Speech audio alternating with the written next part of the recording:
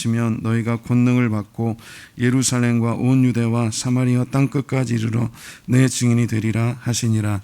주님 감사합니다. 오늘 특별히 성령 강림 주일에 예수 그리스도의 보혈의 공로를 의지해서 다시 한번 예배할 수 있도록 은혜 주신 주님 감사합니다. 정말 예수의 피로 다시 한번 깨끗게 되고 새롭게 되고 자유케 될 수 있도록 성령님 역사하시고 인도하여 주시옵소서.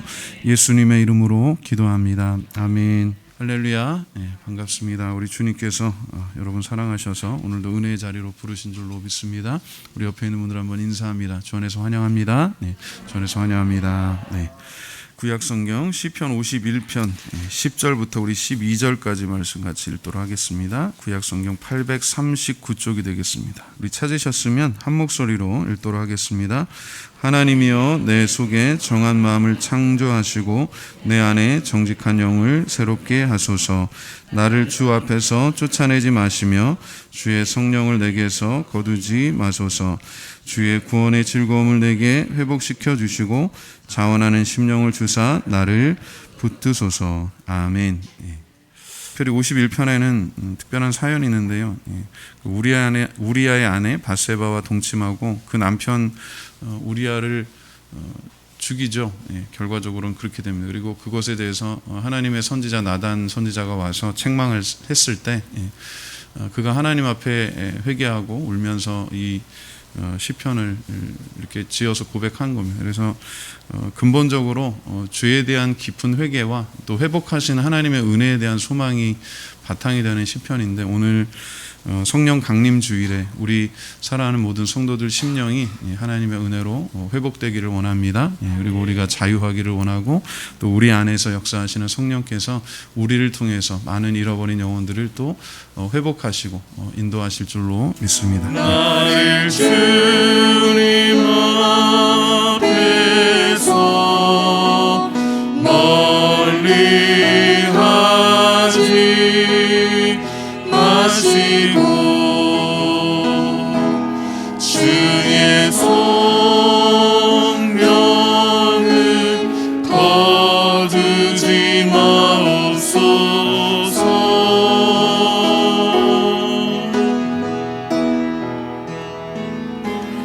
그 구원의 기쁨 다시 회복시키시고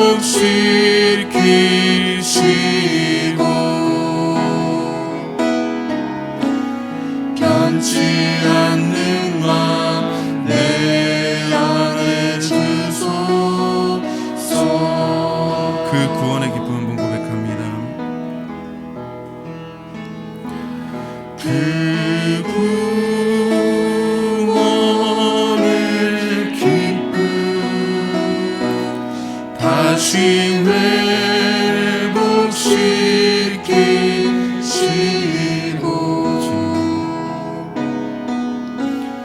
변치 않는 맘 내 안에 주소서.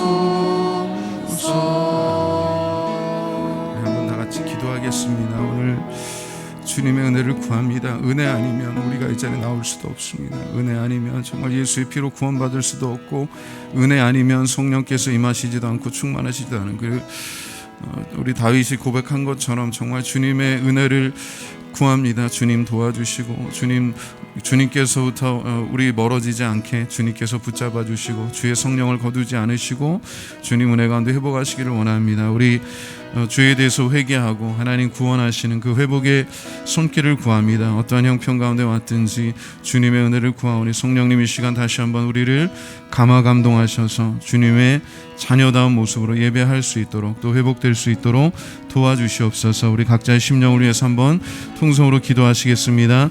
하나님 감사합니다. 주님, 우리의 모든 죄와 허물과 연약함을 주님께서 십자가에서 감당하신 것을 오늘 믿고 감사합니다. 다 이루셨다 선언하신 예수님의 그 말씀에 오늘 우리가 믿음으로 고백합니다. 주님께서 이루신 것을 우리가 선포합니다. 주님 안에서 우리가 다 이루신 그 구원을 그 성령님 함께하여 주시옵소서. 여러 가지 도전들이 있습니다. 어려움들이 있습니다. 그러나 우리가 낙심하지 아니하고 포기하지 아니하고 주님 앞에 붙잡고 정말 기도할 수 있도록 성령님 함께하시고 인도하여 하여 주시옵소서. 같이 기도합니다.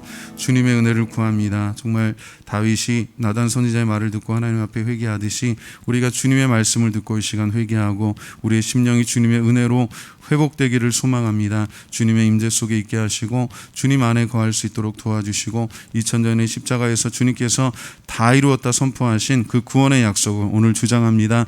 성령께서 우리의 마음과 생각을 지켜주시고 인도하시고 주님 안에서 자유하고 새로워질 수 있도록 주님 도와주시옵소서. 예수님 이름으로 기도합니다. 아멘.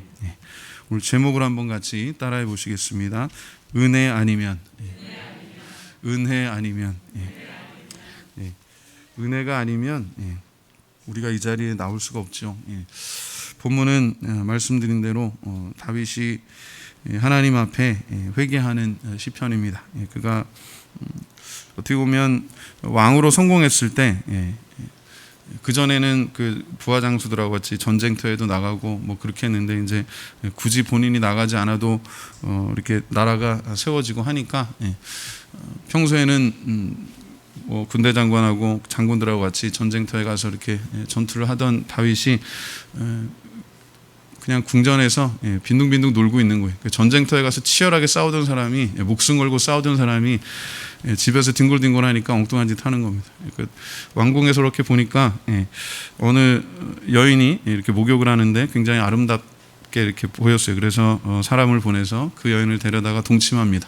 간음하는 거죠. 그러니까 알고 보니까 그 여인은 밧세바라고 하는 사람인데 그 다윗 왕의 아주 충직한 부하 장군 중에 한 사람 우리아의 아내였어요. 나중에 또 소식이 들려오기를 이제 밧세바가 사람을 보내서 이렇게 다윗 왕에게 전가를 보냅니다.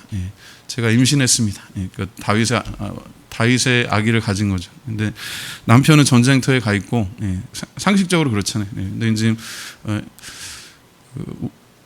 밧세바가 이제 임신을 했다 그러니까 다윗이 잔머리를 굴립니다. 그러면 전쟁터에 있는 남편 우리아를 데려다가 그 집으로 보내서 그 안에 밧세바와 동침하게 하면 자기 때문에 임신한 것이 드러나지 않을 거라고 생각했어요. 그래가지고 전투에 지금 한창 치열하게 임하고 있는 그 전쟁터에 사람을 보내서 우리아를 데려옵니다. 우리아를 데려와서 아주 극진하게 잔치를 베풀고 그 집에 가서 이제 뭐 부인하고 잠자라고 이렇게 하죠. 근데 우리아는 아주 충직한 사람이었어요. 자기 동료들이 지금 전쟁터에서 목숨 걸고 싸우고 있는데 내가 한가하게 지금 집에 가서 아내랑 동침할 수 없다 그래가지고 그냥 그 궁전의 마당에서 잡니다. 노숙을 해요. 다음날 보니까 다윗이 보니까 집에 가서 이렇게 아내랑 잠자고 뭐 그래서 그런 문제가 해결될 줄 알았는데 우리아가 그러지 않거든요. 그래서 다시 한번 이제 이렇게 또 잔치를 베풀어서 그렇게 하는데 그렇게 해도 안 가는 거예요. 그러니까 이제 다윗이 고민한 끝에 또 어떻게 하느냐 편지를 씁니다. 그 당시 이제 군대 총사령관이었던 요압인가요? 그 사람한테 이제 편지를 써가지고. 우리아를 그 전쟁터 중에서 가장 전투가 치열한 곳에 보내서 죽도록 하라고 이렇게 명령을 내립니다. 편지를 이렇게 써서 보내요. 우리아를 죽여라 그 얘기. 근데 참 우리아라고 하는 사람이 얼마나 충직한 사람이냐면 자기를 죽이라는 그 편지를 들고 가서 요압한테 줍니다. 자기는 뜯어보지도 않았겠죠. 만약에 뜯어봤으면 여러분 같은 궁금하지 않을까요? 뭐라고 썼을까? 그래가지고 아마 그랬을 것 같은데 참 정직하게 충직하게 그 편지를 자기를 죽이라고 하는 어떻게 보면 사형 선고를 들고 가서 장관 요압에게 줍니다. 요압이 이제 읽어보더니 기가 막히잖아요. 아이고 요압 그 다른 사람도 아니고 참 충성된 다윗의 용사 중에 하나로 이렇게 기록된 우리아를 그렇게 죽여야 하니까 뭐 어쨌든 왕의 명령이니까 그렇게 합니다. 가장 전투가 치열한 곳에 가서 우리아는 또 용감한 사람이고 정직한 사람이니까 거기 아주 선봉으로 앞서서 이렇게 가다가 결국은 죽습니다. 그래갖고 이제 요압이 왕한테 다시 편지를 씁니다. 이러이러해서 이번 전투에서 이렇게 사상자가 생겼는데 그 적들의 성 앞에까지 아주 가까이 가서 이렇게 싸우다 보니까 뭐 화살도 쏘고 했을 거 아니에요. 그러니까 평소보다 사상자가 많이 생겼는데 지휘관으로서 또 뭐 핑계라면 핑계죠. 그렇지만 왕께서 말씀하신 대로 우리아도 거기서 싸우다가 죽었습니다. 그랬더니 다윗이 또 편지를 씁니다. 뭐라고 써요? 칼은 이 사람도 죽이고 저 사람도 죽인다는 거. 전투하다 보면 그럴 수도 있다는 거예요. 그래가지고 그게 이제 덮여지는 것처럼 보였어요. 그래서 이제 우리아는 죽고 결국 이제 우리아의 아내 밧세바가 임신을 해서 다윗의 아기를 낳죠. 근데 그런 상황 속에서 나단이라고 하는 선지자가 하나님의 부르심을 받고 보내심을 받고 다윗 왕에게 옵니다. 다윗한테 와가지고 한 가지 비유를 얘기해. 어느 마을에 큰 부자가 있는데 그에게는 많은 가축이 있고 또 그 같은 마을에 사는 어떤 사람에게는 아주 가난한 사람이 있는데 양이 한 마리 있다. 근데 그 양이 한 마리밖에 없는데 그 양을 아주 진짜 자기 딸처럼 자기 자식처럼 이렇게 애지중지하면서 사랑하면서 이렇게 잘 키우는데 어느 날 부잣집에 손님이 온 거예요. 그래가지고 부자가 자기 집에도 뭐 양들도 많고 소도 많은데 그 하필이면 가난한 집에 하나밖에 없는 그 양을 뺏어다가 그걸로 잔치를 베풀었다. 그래가지고 그 양을 잡아서 자기 손님을 대접했다는 이야기를 합니다. 그 얘기를 듣고 다윗이 발끈합니다. 아니 세상에 그런 일이 어딨냐 그러면서 그런 사람은 하나님 앞에 범죄했기 때문에 당장 죽어야 마땅하다라고 이야기합니다. 막 화를 내면서 뭐 어떻게 보면 좀 표현하자면 그랬겠죠. 그놈이 누구냐 말만 해봐라 내가 가서 혼내주겠다 막 그랬을 거예요. 근데 나단이 이렇게 이야기합니다. 그 사람이 바로 당신입니다. 다윗 왕 당신이 그런 죄를 하나님 앞에 졌습니다라고 이렇게 이야기합니다. 그때 다윗이 하나님 앞에 눈물 뿌리면서 회개하면서 지은 고백이 이거예요. 물론 여러분 아시는 이야기지만 결과적으로 그 아이가 태어나서 죽습니다. 그리고 다윗이 그 아기가 죽기 전에 하나님 앞에 금식하면서 기도하죠. 아주 식음을 전폐하고 하나님의 앞에 가서 그렇게 기도했는데 결국은 그 아기가 죽어요. 그리고 나서 하나님께서 또 어떻게 보면 그것도 하나님의 섭리겠습니다만은 결과적으로 이제 그 밧세바에게 두 번째 아기를 주시는데 다윗 왕과의 그런 사이에서 두 번째 아기를 주시는데 그 두 번째 아기가 솔로몬입니다.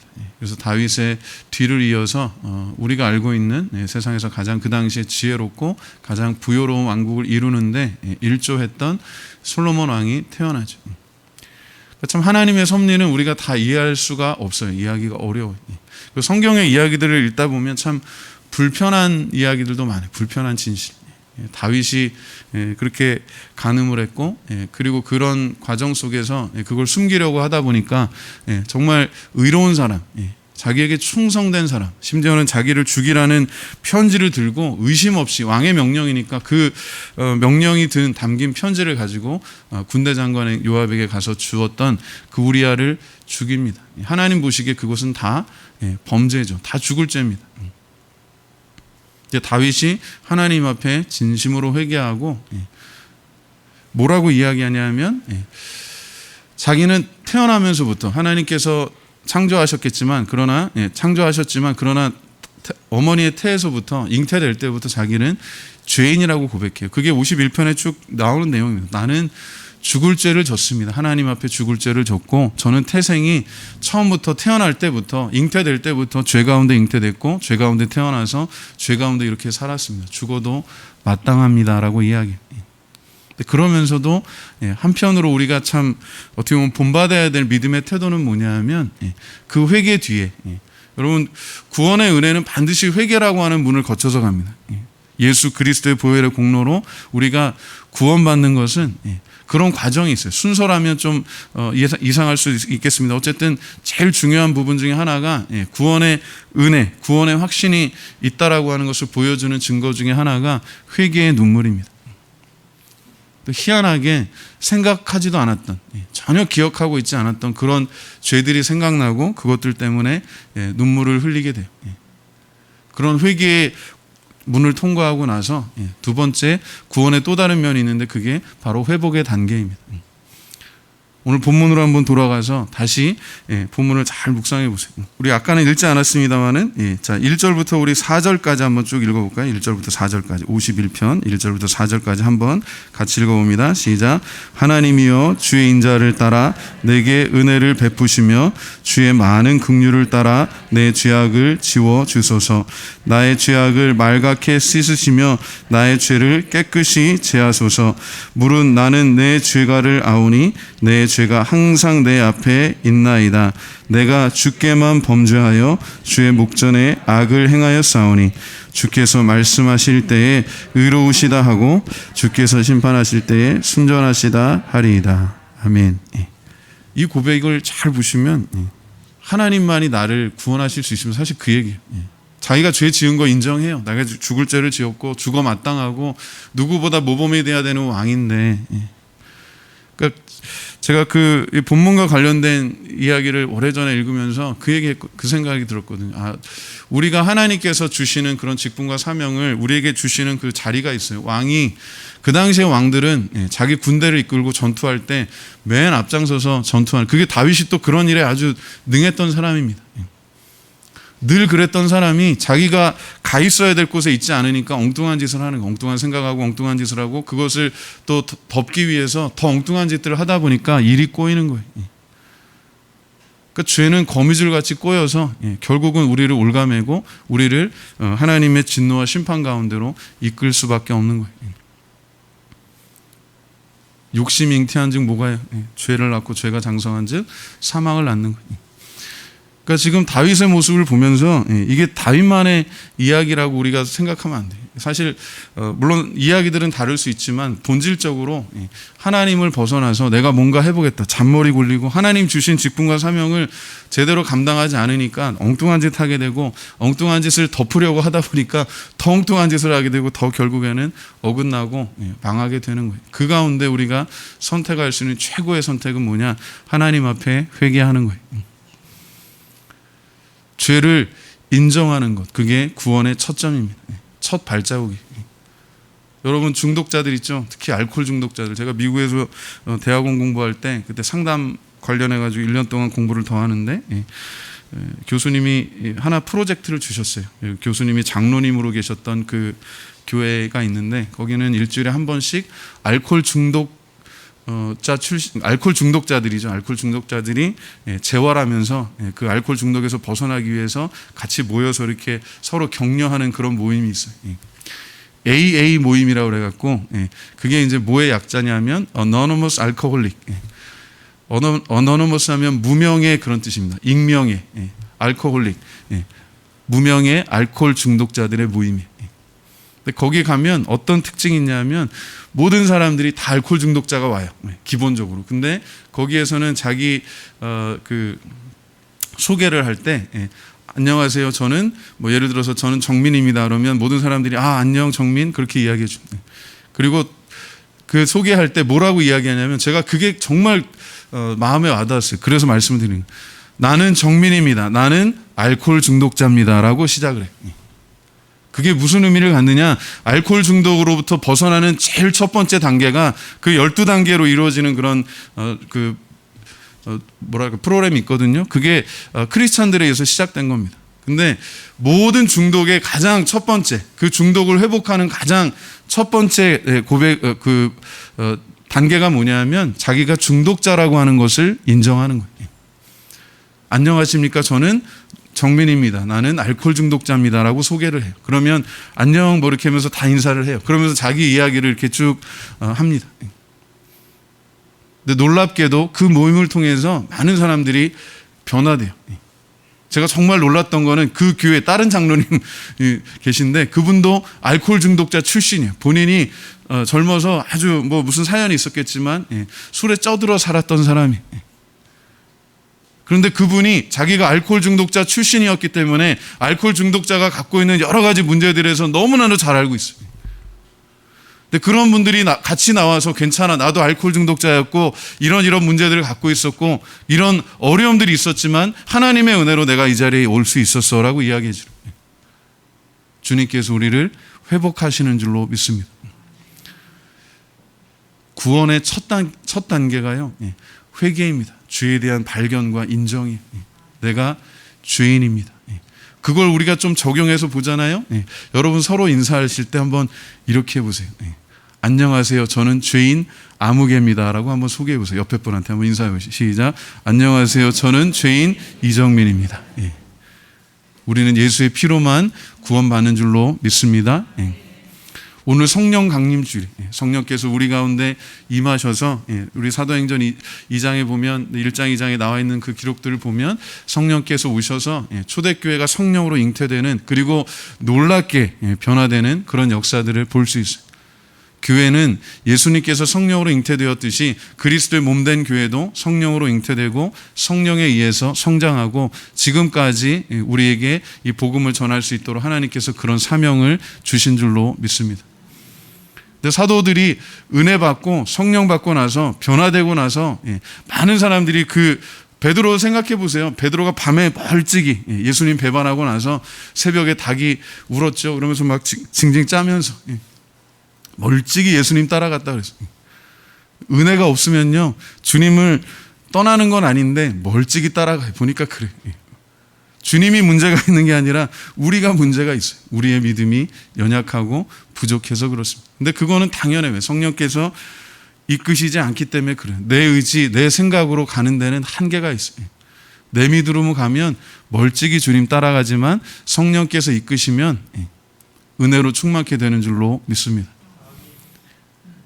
그 멀찍이 주님 따라가서, 그것도 부활하신 주님이 몇 번이나 나중에 뵙고도 뻘쭘하게 고기 잡으러 도망갔던, 현실을 도피하고 정말 예수님 뵙기가 어떻게 보면 부끄러웠겠죠. 제가 충분히 이해한다고 생각해요. 나 같아도 그랬었겠다 싶은데, 그 베드로가 성령 받고 나니까요, 백주 대낮에 밤에도 막 쭈비쭈비, 새벽에도 멀찍이 예수님 따라가고, 그 비겁했던 베드로가요 완전히 변화됩니다. 자기가 목숨 걸고 예수가 그리스도라고 하는 것을 증거합니다. 그때를 생각해 보세요. 불과 성령께서 임하시는 그 예수님이 40일 동안 제자들과 함께 있었고, 그리고 나서 열흘 뒤에 오순절이 되던 날에 성령께서 임하셨어요. 불과 2달도 되지 않는 그 시간에 사도들이요 완전히 변했어요. 성령 받고 나서 백주 대낮에 목숨 걸고 설교합니다. 너희들이 잡아 죽인 예수가 하나님의 아들이시고 그가 우리를 구원하신 그리스도시다라고, 너희들이 그렇게 기다리는 메시아라고 이야기합니다. 근데 더 놀라운 건 뭐냐면, 그 베드로의 설교를 들었던 사람들이요 마음에 찔림을 받습니다. 성령께서 감화하시고 감동하시면 마음에 찔림을 받는 줄로 믿습니다. 형제들아, 우리가 어떻게 할꼬? 마음에 찔림을 받은 사람들이 묻습니다. 우리가 어떻게 해야 합니까? 뭐라고 이야기해요? 주 예수 믿으라는 거예요. 그러면 하나님께서 성령을 선물로 주신다고 그랬어요. 그것을 기념하는 날이 오늘입니다. 그리고 그것은 역사적으로, 물론 단회적인 사건이라고 이야기할 수도 있겠지만, 그러나 지속적으로 또 우리 성도들에게 주시는 하나님의 은혜라고 볼 수 있어요. 오순절에 성령께서 임하시는 사건은 역사적인 사건인 것은 맞아요. 단회적인 사건인 것도 맞지만, 그러나 성령께서 또한 동일하게 우리에게 임하시고 충만케 하시는 줄로 믿습니다. 성령께서 임하실 때 나타나는 그런 현상 중에 하나가 바로 회개의 은혜예요. 우리 다윗도 그걸 알기 때문에 하나님 앞에 기도할 때 뭐라고 기도했어요? 주님, 제가 잘못했습니다. 제가 죄를 지었고 주님의 진노와 심판을 받아 마땅한데 죽을 죄를 지었지만, 그럼에도 불구하고 주님, 나를 떠나지 마십시오. 주님의 성령을 나에게서 거둬가지 마시고 내 안에 뭐라고 그랬어요? 정직한 영을. 정직하다는 정직하다는 의미가 꼭 바르다는 그런 의미만 있는 게 아니라 변함없다는 그런 뜻이에요. 원어적인 의미. 변함없는 그 마음을 나에게 허락해 주시옵소서라고 고백합니다. 다윗의 고백을 통해서 우리가 깨달을 수 있는 게 뭐예요? 나의 믿음, 그거 오래가지 않아요. 나의 용기, 그거 가짜입니다. 어떻게 보면. 내가 뭔가 할 수 있다라고 하는 거, 나의 능력, 다 하나님이 허락하시지 않으면 아무것도 아니에요. 그래서 오늘 제목이 은혜 아니면이에요. 우리가 살아가면서 항상 잊지 말아야 될 게 그거예요. 하나님의 은혜 아니면 우리가 단 한순간도 바로 설 수가 없는 거예요. 다윗이 그걸 알고 고백하는 거예요. 그 실수가 많았어요. 그는 나중에도 그 왕자들 때문에 참 머리 아픈 일이 많았죠. 왜 후계 문제 때문에. 왜 부인들이 여럿 있고 그 당시에 상황이 그랬습니다. 그리고 아들들이 다들 왕이 되고자 하는 그런 마음이 있다 보니까 아주 힘든 그런 일들이 있었어요. 그래서 솔로몬이 처음부터 그 후계자로 이렇게 정해진 것도 아니었고 그 앞에 있었던 뭐 압살롬 같은 경우 대표적인데 심지어 그냥 뭐 쿠데타를 일으키죠. 아버지 그 사람들 이렇게 데려다가 신하들 충직한 신하들을 꼬셔다가 자기가 반란을 일으켜가지고 거의 왕이 될 뻔했어요. 근데 그 사람도 뭐 때문에 죽었느냐? 자기 교만 때문에 죽습니다. 하나님 떠난 모든 게 결국은 하나님 없이 사는 게 자기 자신을 올가매는 그런 죄의 올무가 돼요. 하나님의 은혜로 늘 감사하면서 살아가시기를 바랍니다. 그래서 오늘 주제가 회개와 회복이에요. 회개할 때 우리가 주님 앞에 정말 눈물 뿌려 기도하는 게 뭐예요? 그럼에도 불구하고 우리를 붙잡아 주시는, 지금 하시는 게 아니라 이미 이루신 거예요. 이 시점에서는 아직 안 오셨지만, 예수님 안 오셨지만 우리 시점에서 보면 2000년 전에 예수님께서 이미 오셔서 십자가에서 말씀하셨어요. 선포하셨어요. 다 이루었다고 말씀하셨어요. 무엇을 이루셨어요? 저와 여러분의 구원을 이루신 줄로 믿습니다. 완성하셨어요. 우리 영혼이 거듭났을 뿐만 아니라 성령께서 임하시고 충만케 하시고, 아까 말씀드린 우리 기도할 때 읽었던 것처럼 사도행전 1장 8절에서 예수님께서 승천하시기 전에 제자들에게 말씀하십니다. 예수님 이제 부활하셨는데 우리 이스라엘 왕국을, 다윗의 왕국을 언제 회복하시겠습니까? 저 꼴보기 싫은 헤롯 왕 좀 쫓아내고 저 꼴보기 싫은 로마의 군대도 쫓아내고 그 지긋지긋한 압제로부터 벗어나서 정말 우리가 우리끼리 다윗의 왕국을 회복하는 그날이 언제입니까? 라고 이야기했을 때 뭐라고 말씀하세요? 그거는 아버지께 맡겨야 되는 거예요. 그건 아버지의 주권 가운데 있고 너희에 상관할 바 아니라는 거예요. 쉽게 말해서. 그러고 하신 말씀이 이겁니다. 지금 너에게 할 일이 있는데 그게 그거예요. 오직 성령이 너에게 임하시면 너희가 권능을 받고, 성령이 임하셔야 권능을 받아요. 우리가 지금 권능이 있는 것처럼 착각하지 않기를 바랍니다. 우리에게 뭔가 하나님 주시는 은혜가 있다면, 능력이 있다면 그건 전적인 하나님의 은혜예요. 오직 성령이 너에게 임하시면 너희가 권능을 받고 예루살렘과 온 유대와 사마리아와 땅끝까지 이르러 내 증인이 되리라. 그게 예수님의 약속이에요. 내가 너희를 그렇게 만들겠다라고 하는 거예요. 거기 전제되는 게 오직 성령이에요. 유일한 조건이 오직 성령께서 임하실 때 우리가 예수의 증인되는 줄로 믿습니다. 그래서 사도들이 그렇게 담대하게 복음을 전했어요. 목숨을 걸고 복음을 전하다가 어떤 사도들은 순교했고, 그리고 그 복음을 전해들고 복음을 접한 사람들이 또 복음을 가지고 많은 사람들을 찾아가서 지금도 복음을 전했습니다. 지금도 그렇게 복음을 전해서 우리에게까지 이 그리스도의 복음이 오게 됐어요. 한국의 복음이 전래된 지가 이제 130년 정도밖에 되지 않아요. 그러나 그 짧은 기간, 이제 한 150년 정도 되겠네. 그 짧은 기간 동안에 많은 놀라운 변화가 있어요. 우리가 하나님의 은혜 가운데 있는 줄로 믿습니다. 한때 가장 영적으로 암울하고 또 경제적으로 가장 가난했던 나라가 이제 정말 세계적으로 볼 때 많은 사람들이 놀라는 그런 나라가 됐어요. 그것도 참 감사한 일이죠. 그러나 무엇보다 감사한 것은 예수 그리스도의 복음이 우리에게 전해졌다라고 하는 거예요. 물론 우리 한국에만 전해진 것은 아니지만 우리가 생각할 때 자원도 없고 국토도 작고 사람은 많지만 그 이전에 똑같은 나라, 그죠? 똑같은 민족이에요. 남과 북으로 갈라져서 북한과 남한을 사회학자들이 연구하며 수십 년 동안 한국처럼 좋은 연구 모델이 없어요. 언어가 똑같죠. 역사가 똑같죠. 민족이 똑같죠. 혈통이 똑같죠. 그 오랫동안 수천 년 동안 살아온 그 지역이 또 먹는 거, 음식 이런 거 다 똑같은데 불과 한 70여 년 동안에 이렇게 많은 변화가, 그 차이가 생긴 것이 뭔가에 대해서 깊이 연구해 많은 사람들. 그래서 많은 사람들이 얘기할 때 뭐 이게 정치제도, 뭐 민주주의냐 사회주의냐, 또 어떤 그 경제체제, 이게 자본주의냐 아니면 공산주의냐, 이거에 대해서 초점을 맞추는데요. 그들이 모르는, 아주 세계적인 학자들이 모르는 아주 간단한 비밀이 있습니다. 북한에는 교회가 없고요. 남한에는 교회가 있어요. 쉽게 말하면 그렇습니다. 북한에는 그리스도의 보혈의 능력으로 세워진 교회가 예전에 있었는데 그게 다 없어지고 그 복음을 가지고 목숨 걸고 지금 남한으로 와서 남한에 이렇게 교회가 부흥하게 된데 사실 그런 이면이 있어요. 물론 지하교회, 지금 북한의 지하교회에 적게는 20만에서 많게는 50만까지의 그런 성도들이 있다라고 하는 통계가 있습니다만은 어쨌든 우리가 복음에 비친 것은 사실이에요. 그리고 교회를 그렇게 핍박하고 교회를 없애고 거기에 지금 우상들을 세워서 김일성 동상을 세워놓고 김정일 동상을 세워놓고 거기에서 무슨 행사할 때마다 모든 외국의 사람들이 찾아올 때마다 김일성 광장에 가서 헌화하고 거기에 절을 해야 되고 그게 지금 북한의 현실입니다. 우상이 있는 곳에 하나님의 심판도 있어요. 그리고 엄밀한 의미에서 북한은 가장 기독교와 유사한 하나님을 빼고 하나님 자리에 거기 김일성을 갖다 놓은 최악의 유사 종교입니다. 사이비 종교예요. 그래서 우리가 기도해야 되는 게 그겁니다.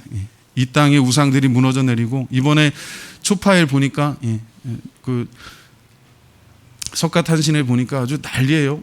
도시에도 뭐 절에도 그렇고 사람들도 날씨 좋으니까 놀러 가고. 근데 그런 것들을 보면서 예나 지금이나 변하지 않는 것, 하나님의 은혜가 필요하다는 거예요. 여러분 아마 아실 거예요. 뭐 예전에 불교나 이런 것도 심취하셨던 분들, 저희 집안은 예전에 그랬었기 때문에 저는 아주 지긋지긋해요. 그런 거예요. 그런 거 자체를 보는 것도 싫어하고 저는 그래서 애들 가급적이면 뭐 그런 거 안 보여주고 안 하려고 해요. 심지어 애들 학교 다닐 때 뭐 템플 스테이 하는 거 그런 학교에서 가는 게 있어갖고 그거 신청도 안 했어요. 뭐하러 돈 내고서 절간에 가가지고 그런 문화를 접합니까? 그런 우상 숭배하고 하는 거 절대로 어려서부터 잠재의식 속에 아이들에게 그런 거 주지 않는 게 좋아요. 할 수 있으면 그렇습니다. 물론 행위로 구원받는 것은 아니지만 우리가 최대한 좋은 환경을 자녀들 위해서 신앙적인 면에서 만들어줄 필요가 있어요. 가급적이면 그런 거 좀 결단하세요. 애들 뭐 수학여행 예전에는 우리 철 없을 때 그냥 경주 가가지고 맨 불국사 갔다 오고 거기 또 뭐 석굴암도 가고 맨 다니는 데가 그런 거였어요. 지금도 문화유산 뭐 얘기할 때 그런 것들이 빠지지 않죠. 그렇지만 안타깝게도 제가 볼 땐 그래요. 우리의 영적인 유산을 생각할 때는 그 수천 년 동안 내려오는 그런 저주의 틀을 끊어낼 필요가 있다는 거예요. 그걸 누가 할 수 있어요? 주님만이 하실 수 있어요. 누구를 통해서 하세요? 저와 여러분을 통해서 그리스도의 몸된 교회를 통해서 그 귀한 사명을 이루어 가시는 줄로 믿습니다. 그래서 우리 교회 창립 표어가 뭐예요? 늘 제가 부담스럽지만 이게 참 귀하다고 생각하는 게 이 나라와 이 민족을 이 무당사상으로부터 출애굽시키는 지긋지긋한 무당사상.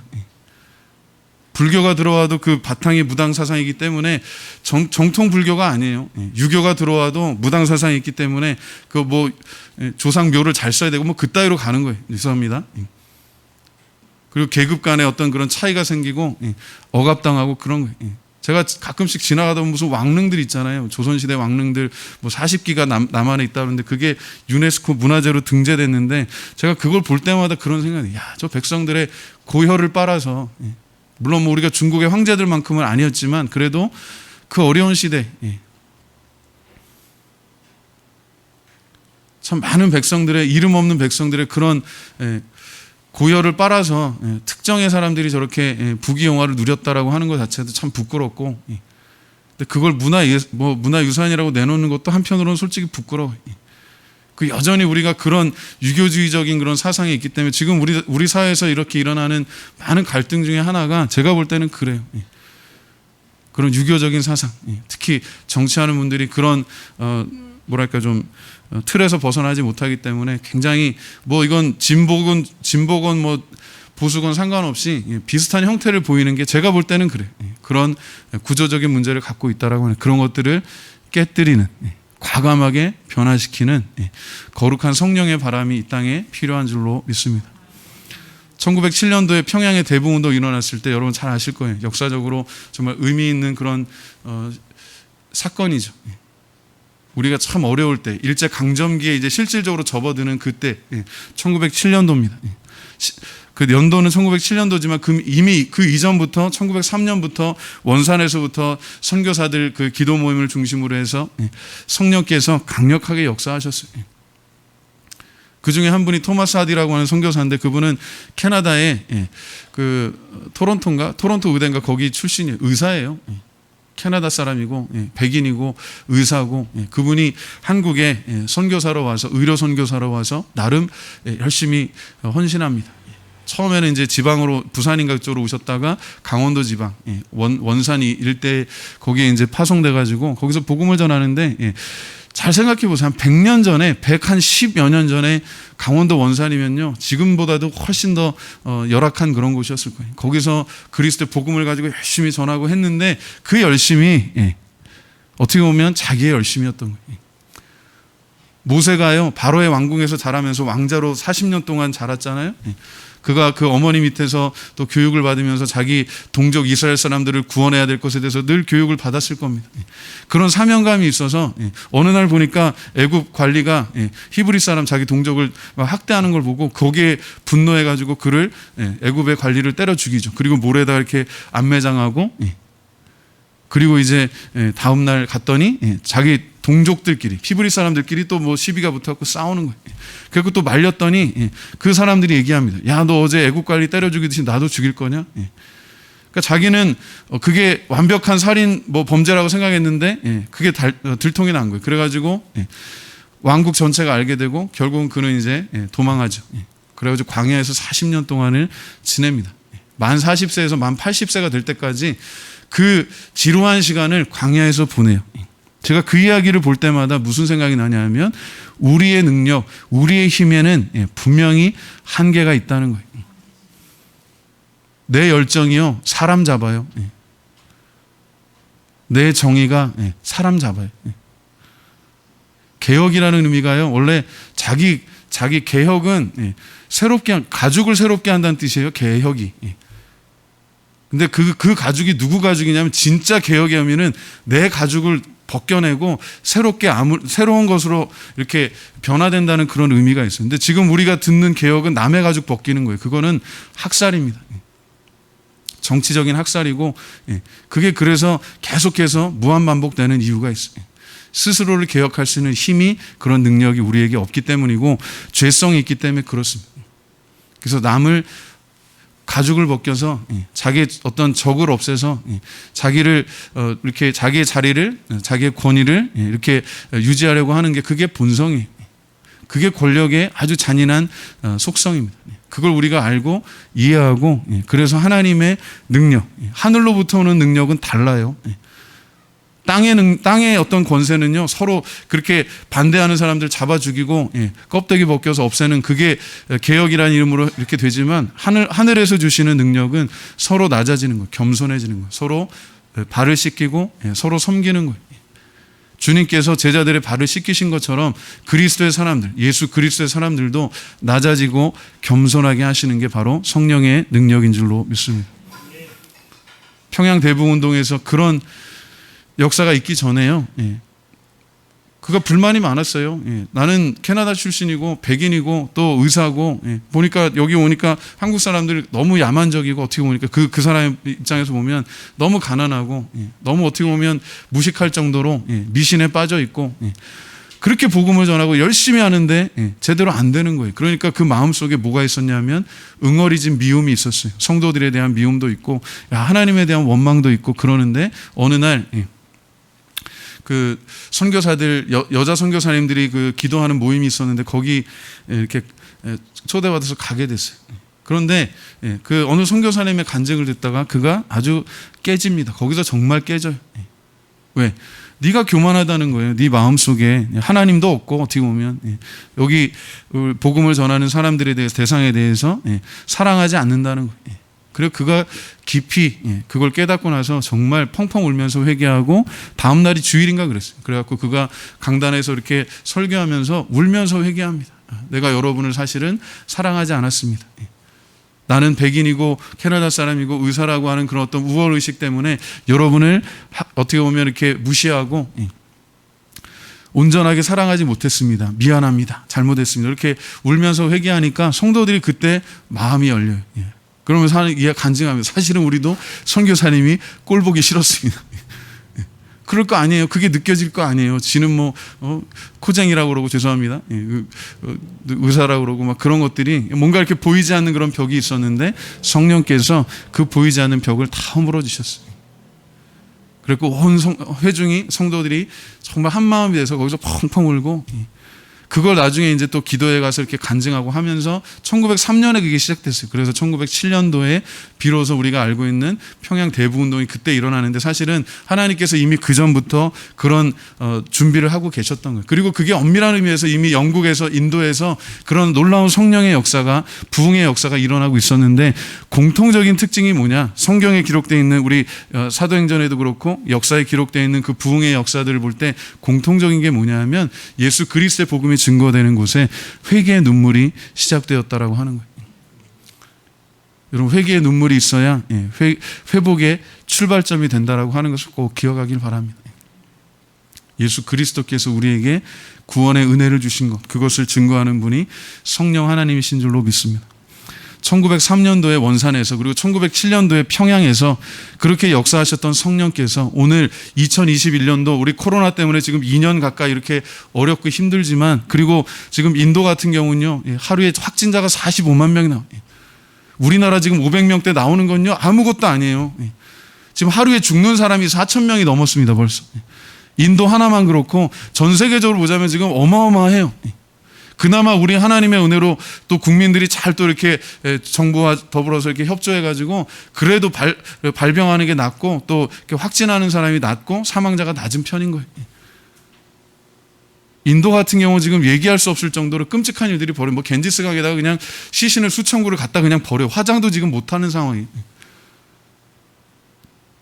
그리고 강 하구에서 지금 그 시신들이 너무 많으니까 그 들개들이 그 시신을 물어 먹는다 그래. 뜯어 먹는다 그래. 그러니까 더 그게 악화되는 겁니다. 그런 상황 속에서 우리가 정말 하나님의 도우심을, 어젠가 이어령 교수님이 그런 인터뷰를 하셨어요. 코로나를 통해서 우리가 죽음이 늘 가까이 있다라고 하는 것을 체험하게 된다는 거예요. 우리가 코로나를 이기기 위해서 백신 맞고, 백신 맞은 것 때문에 또 어떤 우리가 알 수 없는 그런 부작용 같은 걸로 가끔 사망하는 사례들이 있죠. 그것 때문에 지금 맞을까 말까 고민하는 분들도 있을 거예요. 그죠? 맞을까요 말까요? 저한테 그거 물어보지 마세요. 어려운 질문이에요. 참고로 그 감독님도 맞으셨고 사모님도 맞으셨고 그러셨어요. 그리고 또 지금까지 크게 부작용 없고 그렇게. 그리고 의사들이 하는 이야기가 그 부작용의 위험보다 확률적으로 그 백신을 맞아서 우리가 그 감염의 원인을 이길 수 있는 게 훨씬 크다는 거죠. 어쨌든 그거는 본인이 결정하고 전화해가지고 목사님 맞을까요 말까요? 뭐를 맞을까요? 또 얘기하지 마세요. 그거 우리가 선택할 수도 없고 제가 또 장담할 수도 없어요. 그러나 한 가지 분명히 말씀드릴 수 있는 건 그거예요. 예수 그리스도가 우리를 여전히 구원하신다라고 하는 거예요. 그 주님께서 우리와 함께 하시는 줄로 믿습니다. 백신을 맞아서 조금 더 오래 살 수도 있고 아니면 그렇지 않아서 조금 더 빨리 천국 갈 수도 있는데 중요한 건 그거예요. 우리 종말론적인 관점에서 예수님께서 이미 이루신 구원을 아직 완성되지 않은 그런 시간까지 우리가 기다리는 이 긴장감 속에서 교회와 성도가 존재하는 이유가 무엇인지를 우리가 기억할 필요가 있어요. 왜 사냐 이거예요. 그리스도의 복음을 전하기 위해서 살아요. 그 복음은 우리가 스스로 못 전해. 성령께서 도우시지 않으면, 역사하시지 않으면. 그래서 오늘 제목이 은혜 아니면이에요. 내 자격이요, 내가 의사고 내가 뭐 외국인이고 뭐 선교사고 뭐 그런 자격이 우리를 절대로 구원할 수도 없고 남들도 구원할 수가 없어요. 그걸 깨달으니까 선교사들이 깨지고, 그걸 깨달으니까 또 초창기에 우리 성도들이 은혜 받고. 그 길선주 목사님 우리 잘 아시는 아주 초대교회에 참 훌륭한 역할을 하셨던 분인데, 그분이 그 평양 장대원교회 장로였어요. 그때 이제 평양 신학교 막 졸업하고 이제 목회자가 될 그때인데, 그분이 그 평양 대붕운동 때 그렇게 은혜 받고 나서요, 그분이 회개했어요. 자기가 누구 사실 갖다 줄 돈이 있었는데 그걸 떼어먹고서는 그랬다는 것부터 해가지고 아주 시시콜콜한 그런 죄들을 회개하니까 밤새도록 회개하는 게, 그래갖고 오죽하면 경찰이 교회에 나와가지고 왜 다 죄에 대해서 고백한다더라. 뭐 나가가지고 어렵게 죄인들을 잡냐 그래가지고 경찰이 이렇게 교회에 앉아가지고 이게 봐가지고 이제 뭐 범죄 그런 것도 있을 거 아니에요. 그러면 그 범인을 잡아가지고 가야지 하고 있다가 그분이 은혜 받아가지고 나중에 예수 믿었다는 그런 실화도 있습니다. 그만큼 성령께서 강력하게 역사하셨다는 거예요. 오늘 우리가 바랄 것은 제가 볼 땐 그래요. 우리가 주님 앞에서 정말 멀어지지 않고 주님의 은혜로 살 수 있도록 성령께서 우리를 도우시고 인도하시기를 구하기를 원합니다. 코로나 때문에 많이 힘드시죠. 코로나 때문에 힘들지만 이런 여러 가지 상황들 속에서 참 어렵죠. 날이 더워지니까 이 장갑이요, 이거 참 저를 생각해서 좋은 것 갖다 주셨는데 이거 끼고 나면요, 이거 없던 주부 습진이 생겼어요. 이게 땀이 나가지고. 그리고 뭐 이렇게 참 또 일주일 내내 이렇게 뭘 바르고 있다가 또 이렇게 끝나면 또 뭐 나요. 근데 그거 불편하죠. 그리고 이거 막 입김이 막 껴가지고 숨쉬기도 어려운데 설교하기도 힘든데도 그래도 참아내고 살 수 있는 거 하나님의 은혜입니다. 그래도 이 어려운 가운데 이렇게 성도들 오셔서 예배하고 또 일주일 동안 그 은혜를 가지고 일주일을 버티는 거예요. 제가 보니까 그런 것 같아요. 물론 뭐 주일날 주시는 은혜만 가지고 버티는 건 아니지만 날마다 주님께서 은혜 주심으로 우리가 살아가는 줄로 믿습니다. 오늘 결론이 그거예요. 사도 바울이 또 그렇게 고백하는 것처럼 빌립보 교회 성도들에게 편지하면서, 그도 로마의 감옥에 갇혀 있었습니다. 빌립보 교회 성도들이 어렵죠. 교회는 핍박받고 안에서는 내부적으로는 막 이렇게 성숙하지 않으니까 막 갈등이 있고 지지고 볶고 싸우는데 그 성도들에게 뭐라고 편지했어요? 내게 능력 주시는 자 안에서 내가 모든 것을 할 수 있느니라. 오늘도 내게 능력 주시는 예수 그리스도 안에서, 그분의 성령 안에서 우리에게 주시는 귀한 직분과 사명을 잘 감당하기를 주님의 이름으로 축원합니다. 구원의 기쁨 다시 회복시키시고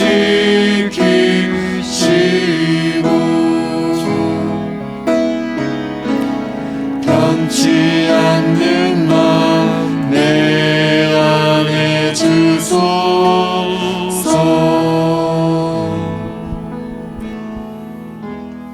기도합니다. 하나님이여, 내 속에 정한 마음을 창조하시고 내 안에 정직한 영을 새롭게 하소서. 나를 주 앞에서 쫓아내지 마시며 주의 성령을 내게서 거두지 마소서. 주의 구원의 즐거움을 내게 회복시켜 주시고 자원하는 심령을 주사 나를 붙드소서. 주님 감사합니다. 우리의 모든 우상들이 무너지 내리고 정말 주의 성령께서 임하셔서 예수가 그리스도시고 우리의 왕 되심을 다시 한번 고백할 수 있도록 은혜 주심을 감사합니다. 우리 죄에 대한 깊은 회개와 치열한 반성과 또 주님의 구원의 은혜에 대한 그 회복하심에 대한 소망을 가지고 이 시간 기도합니다. 주님, 우리를 용서하여 주시고 하나님의 은혜 가운데 품어주시고 다시 한번 예수의 피로 깨끗하게 거룩하게 성령 충만한 삶을 살아갈 수 있도록 주님께서 도와주시옵소서. 우리 사랑하는 성도들, 어려운 가운데 정말 주님의 은혜 아니면 이 자리에 나올 자가 아무도 없음을 고백함으로 주님이 귀한 헌금을 주님 손에 드립니다. 우리 믿음으로 드리는 11조와 감사의 예물 주님 기뻐 받아주시고 우리 사랑하는 성도들 모든 그들의 삶을 주님께서 기뻐 받으시는 예물로 삼아 주시옵소서. 평생 베풀고 나누는 은혜와 복이 있게 하여 주시고 주님과 동행하는 임마누엘의 복된 자녀들 되게 하여 주시옵소서. 또 때를 따라 도우시는 여호와 일의 복이 있게 하심을 감사합니다. 들어와도 복을 받고 나가도 복을 받게 하여 주시고 우리가 행여라도 주님 또 실수하고 잘못하고 주님 앞에 범죄했을지라도 주님 은혜에 감사함으로 회개하고 회복되는 그런 은혜가 있음을 소망하고 살아갈 수 있도록 하나님 도와주시옵소서. 이제는 우리 주 예수 그리스도의 무한하신 은혜와 아버지 하나님의 만극하신 사랑하심과 부회사 성령님의 감화 감동 인도 충만케 하신 은혜가 이제 은혜 아니면 살 수 없는 하나님의 귀한 종들 위에 그리고 주님의 몸된 교회 위에 그리고 이 나라와 이 민족 위에 이제로부터 영원토록 함께 있을지어다. 아멘.